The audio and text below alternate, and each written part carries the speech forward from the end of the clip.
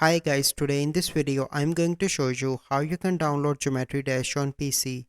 So the first step you simply need to do is to come on to the Google and search for the BlueStacks, and you need to download the BlueStacks for your PC, and it will take 10 to 20 minutes to download this. So I already download BlueStacks on my PC, and you need to log in into your Play Store. Here I already log in, and here you need to search for the game. So let me copy the name from here,